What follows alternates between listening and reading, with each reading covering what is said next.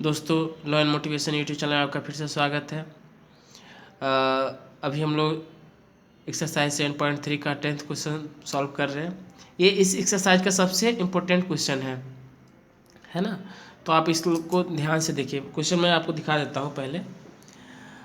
10 number बोल रहा है, in how many of the distinct यहाँ ध्यान दीजिए, distinct permutation of the letter in Mississippi do the four I's not come together. ठीक, चलिए।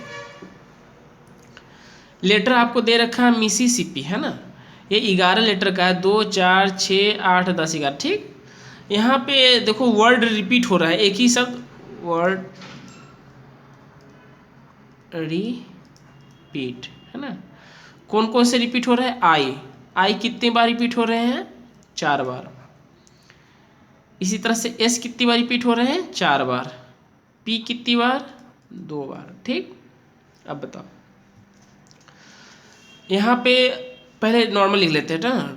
टोटल नंबर 11 हमारा 11 अल्फ़ाबेट है ना, और 11 प्लेस का ही हमको वो बनाने हैं ना।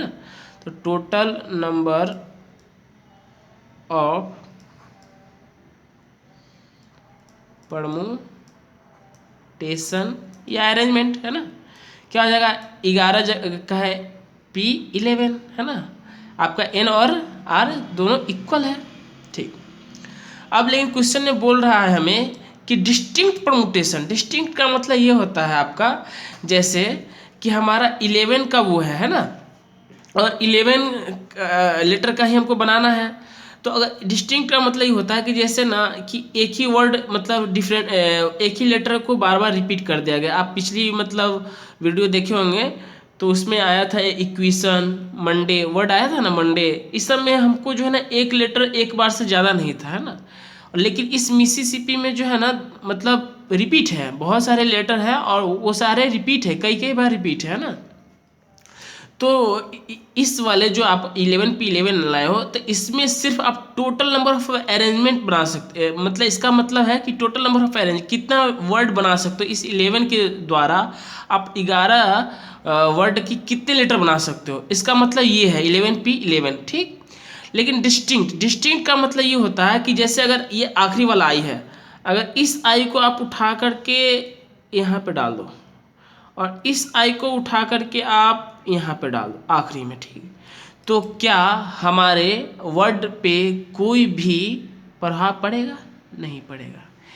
तो इसको जो है ना अगर और इस प्रभाव नहीं पड़ेगा, और इस अगर प्रभाव पड़े उसको बोलते हैं डिस्टिंक्ट। मतलब आप थोड़ा सा भी इधर से उधर कर दो तो बदल जाए, उसका मीनिंग चेंज हो जाए, उसको बोलते हैं डिस्टिंक्ट, अलग तरीके का। ठीक, तो ये आपको टोटल नंबर ऑफ अरेंजमेंट है। ठीक, लेकिन अगर टोटल नंबर ऑफ डिस्टिंक्ट, ये ध्यान दीजिए, डिस्टिंक्ट परमुटेशन अगर इस तरीके से आ जाएगा तो आप क्या करोगे? 11P11 जो आपको रिपीटेड वर्ड है, जैसे आई है तो उसको फैक्टोरियल 4 इंटू फैक्टोरियल एस क्या है 4 और फैक्टोरियल 2, इसको आपको डिवाइड करना होगा। तो ये डिस्टिंक्ट है, इसका जो भी वर्ड चेंज होंगे ना तो सब अलग अलग दिखेंगे आपको, सारे के मतलब अलग अलग डिफरेंट मीनिंग वाले होंगे। ये आपको डिस्टिंक्ट परमुटेशन आपको अरेंजमेंट प्राप्त हो गए। ठीक, ये अगर मान लीजिए नॉर्मल बोलता है कि टोटल नंबर ऑफ अरेंजमेंट कितना है तो ये आपका आंसर हो जाता है। डिस्टिंक्ट अरेंजमेंट कितना है तो ये होता है। लेकिन यहाँ पूछ रहा है कि ये 4 आई है एक साथ नहीं आना चाहिए, नॉट कम टुगेदर। ठीक, तो पहले हम लोग वही जो पुराना तरीका है उसको पहले बॉक्स बना लेते हैं। 3 4 5 6 7 8 9 10 11। ठीक, इसमें ये बोल रहा है कि 4 जो आई है, आई ये एक साथ नहीं आना चाहिए। अगर हम एक साथ नहीं आना चाहिए करके उसमें भी डिस्टिंक्ट होना चाहिए और 4i साथ में भी नहीं आना चाहिए। ठीक, उसका कहने का मतलब ये है। तो हम अगर इस तरीके से अगर निकालेंगे ना तो थोड़ा सा कैलकुलेशन थोड़ा टफ हो जाता है, मतलब थोड़ा डिफिकल्ट हो जाता है इसको मतलब फाइंड आउट करने के लिए। तो क्यों ना करें कि total number of distinct arrangement इतना है ना, अगर हम 4i साथ में हो, अगर वो आसानी से हमारा निकल जाए, कैलकुलेट हो जाएगा। अगर उसको अगर इसमें से माइनस कर देंगे तो 4i साथ ना हो, हमको फाइंड आउट हो जाएगा। हम लोग वही काम करेंगे। पहले मान लेते हैं कि पहला 4 जो है ना i यहीं पे आपको डाल दिए। ठीक, और हम इसको घेर दे रहे हैं। ठीक, ये 4 हो गए। बचे कितने? 1 2 3 4 5 6 7। 7 बॉक्स हमें बच गए है ना। इन 7 बॉक्स में आपका क्या है? 4s है और 2p है। ठीक, इन 7 में, और इस 8वें वाले बॉक्स से इस टोटल को आप एक ही मान लो है ना, उसको 8वां नाम दे दो। ठीक, 8वां। अब इन दिस केस लिख भी लो, 4i's है ना कम्स टुगेदर। यहाँ नॉट कम्स टुगेदर निकालने को बोला है, लेकिन हम लोग जो है ना उल्टा कर रहे हैं, टुगेदर। क्यों? क्योंकि हमारा जो है ना कैलकुलेशन आसान हो जाए। ठीक, तो total number of distinct permutation in this case. इस केस में आपका टोटल नंबर ऑफ परमुटेशन कितना होगा?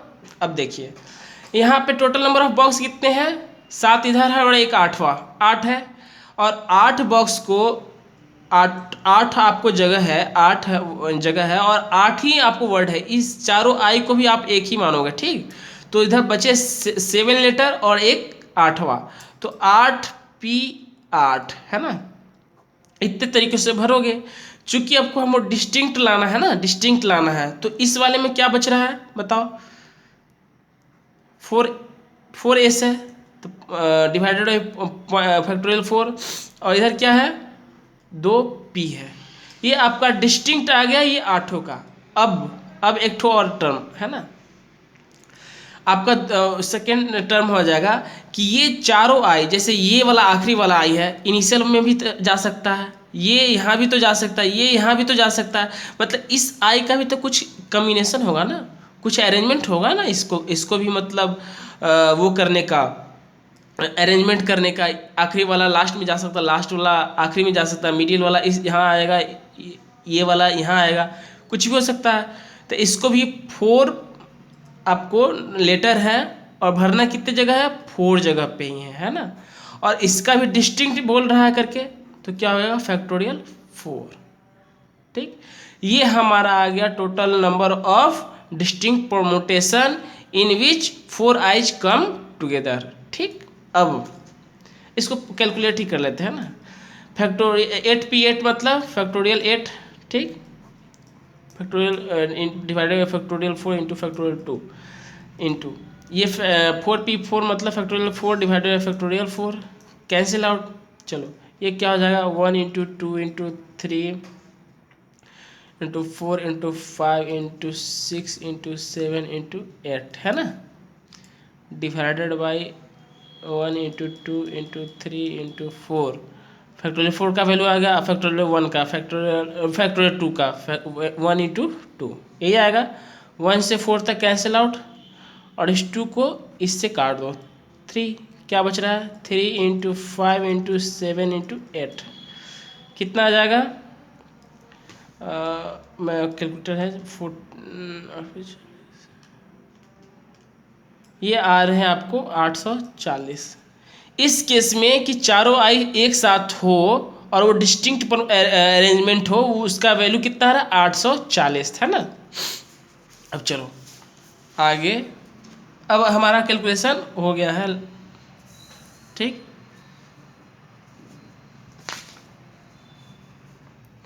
अब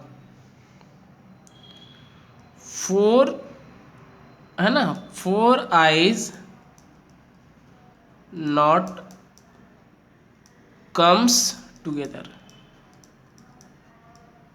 not comes together, total number of permutation